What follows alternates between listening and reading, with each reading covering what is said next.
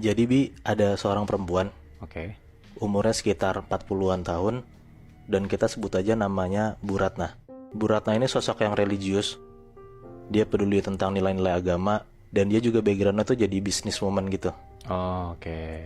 Nah, gaya hidupnya juga terbilang berkecukupan lah, dilihat dari background karirnya, karena dia tuh punya banyak perusahaan dan dia bisa dibilang cukup sukses gitu.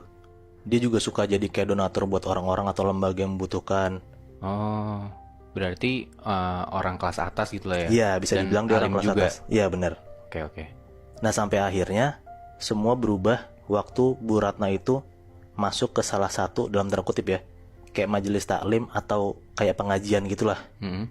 Nah, dia masuk ke pengajian ini diajak sama salah satu kolega bisnisnya. Beberapa minggu setelah dia ikut pengajian itu, Bu Ratna jadi kayak beda gitu, jadi nggak kayak biasanya. Aha. Dari yang tadi gue udah bilang ya, dia businesswoman, dia tuh wanita karir, dia religius segala macem. Setelah dia ikut pengajian itu, dia tuh jadi kayak agak tertutup, dia sering ngelamun, kayak diajak ngobrol tuh tatapannya kosong, lebih banyak diem. Dan kalau misalnya diajakin pergi dan ketemu sama teman-teman bisnisnya, dia tuh selalu nggak bisa Bi. Ada aja alasannya gitu. Hmm. Nah, semenjak dari kabar itu juga, ya satu persatu hal-hal negatif tuh muncullah di kehidupan Bu Ratna. Uang-uang yang ngalir buat donasi biasanya itu udah nggak ada lagi. Hmm. Terus juga license bisnisnya dia di Indonesia udah hilang juga. Bisnisnya udah mulai hancur satu persatu. Dan sampai akhirnya kabar-kabarnya adalah Bu Ratna ini cerai sama suaminya. Oh, keuangannya hancur, dia juga cerai gitu. Iya. Oke, oke. Nah, usut punya usut, yang tadi gue bilang, kenapa dia berubah? Karena dia ikut pengajian itu. Dan pengajian ini tuh dominan, lebih sering ngomongin tentang kehidupan setelah kematian. Oke. Nangkep nggak? Nangkap, nangkap, nangkap. Jadi kayak harapannya tuh pesertanya yang ikut pengajian ini, biar paham dan ngehargain waktu di mana dia masih hidup. Ah, jadi lebih banyak ibadah gitu ya. Iya, dan Oke. setelah udah mati pun, juga katanya kita bakal memasuki kehidupan yang lebih indah. Ah, Karena kan udah kita tahu emang kehidupan setelah kematian, habis kita meninggal kita hidup di surga gitu ya. Ah. Dan lebih indah dong dibanding iya. dunia kan. Harapannya seperti itu. Harapannya seperti itu. Oke. Nah, tapi si Bu Ratna ini mikir dan jadi fokus banget tentang soal kematiannya, kehidupan setelah kematiannya, Bi.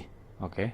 Akhirnya dia nyobain lah prosesi-prosesi aneh dari hal yang dia dapetin setelah ikut pengajian. Dengan harapan dia tuh bisa ngerasain setitik tentang kehidupan setelah kematian pas lagi sakaratul maut. Nah, gue nggak tahu sebenarnya Bu Ratna ini salah interpretasi atau gimana ya. Karena ada hal-hal aneh yang dia lakuin buat ngerasain sedikit tentang kehidupan setelah kematian itu yang gue bilang. Contohnya? Kayak misalnya nih, ritual yang pernah dia lakuin sendiri ya. Ini bukan sama orang pengajian ya, waktu dia sendiri. Dia itu pernah ada di tahap mengubur dirinya hidup-hidup ke dalam tanah. Hah? Gila kan? Dia ngelakuin itu karena dia sepengen tahu itu dan pengen banget menghadapi ketakutan terbesar dia, itu kematian. Dan dia berharap juga dia jadi nggak takut lagi. Setelah dia nguburin dirinya dalam tanah, dia udah nggak takut lagi tentang kematian dan dia bisa ngerasain tuh, oh ternyata tuh di dalam liang lahat kayak gini. Pas lagi sesak-sesak kan dia udah nggak bisa nafas tuh, Hah? udah sakaratul maut kan, dia bisa ngerasain, oh ternyata kayak gini kehidupan setelah kematian. Wah, anjrit, aneh banget sih itu. Sampai kayak gitu loh.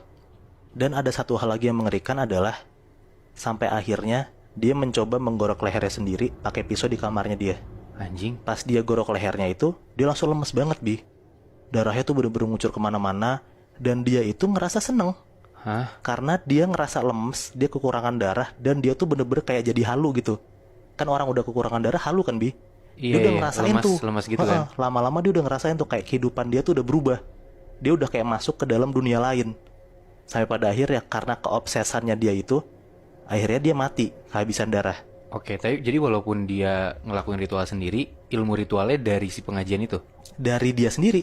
Oh. Jadi si Bu Ratna dia jadi kayak salah interpretasi gitu, Bi. Oke, oke, oke, oke. Padahal kan tadi gue bilang pengajiannya kan bisa dibilang ya baik dong.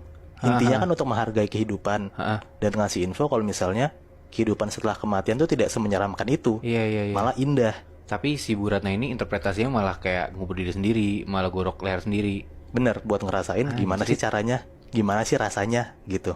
Terus. Nah, dari situ arwahnya tuh jadi nggak tenang.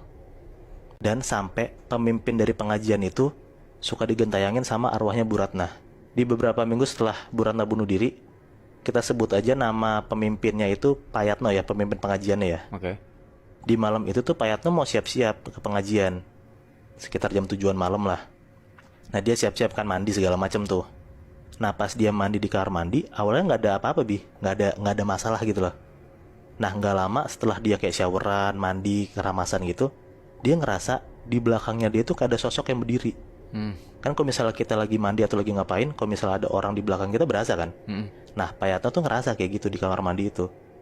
Nah refleks Pak Yatno langsung nengok ke belakang, dan ternyata nggak ada apa-apa. Pak Yatno lanjut lagi tuh mandi, bilas keramasannya kan. Nah pas dia lagi bilas, dia kan merem tuh Bi. Nah pas dia udah selesai ngebilas, dia melekin matanya kan. Dia ngeliat kalau misalnya ada yang ngucur dari kepalanya dia. Ada yang netes ke kepala dia gitu. Ya ada yang netes ke kepalanya dia. Bukan sampo, bukan air, tapi darah seger, Wah anjing. merah gitu Bi. Nah seketika ya Pak Yatno langsung kaget dong, dan dia langsung bener-bener matiin keran showernya kan. Nah Pak Yatno tuh langsung buru-buru andukan, padahal juga belum selesai bilasannya. Dia tuh berdiri di depan kaca kamar mandinya. Dia bisa ngeliat dirinya dia lah. Iya bisa lihat dirinya dia lah. Nah dia ngelihat kalau misalnya di belakang kacanya dia itu nggak ada apa-apa, Oke. kosong gitu, emang Pak Yatno doang isinya. Heeh. Nah tapi dia ngerasa di bawahnya dia itu kayak ada sesuatu yang dia injek. Oke. Nah pas dia nunjukin kepalanya ke bawah buat ngelihat itu ada apa, dia ngelihat ternyata dari sela-sela kakinya Bi, ada kepala cewek, buntung, rambutnya panjang, dan dari leher cewek itu masih bercucuran darah banyak banget. Anjrit. Berarti kepala perempuan doang gitu. Iya. Anjing. Dan pas dilihat sama Pak Yatno, ternyata kepala itu kepala Bu Ratna. Nah di situ Pak Yatno langsung buru-buru lari. Dia keluar dari kamar mandinya, dia langsung siap-siap buat pergi dari rumah. Nah yang tadi gue bilang, dia kan pergi niatnya untuk datang ke pengajian kan. Tapi karena udah lihat ada sosok kepala Bu Ratna, dia langsung ngurungin niat buat nggak datang ke pengajian. Tapi dia datang ke kuburannya Bu Ratna. Oh.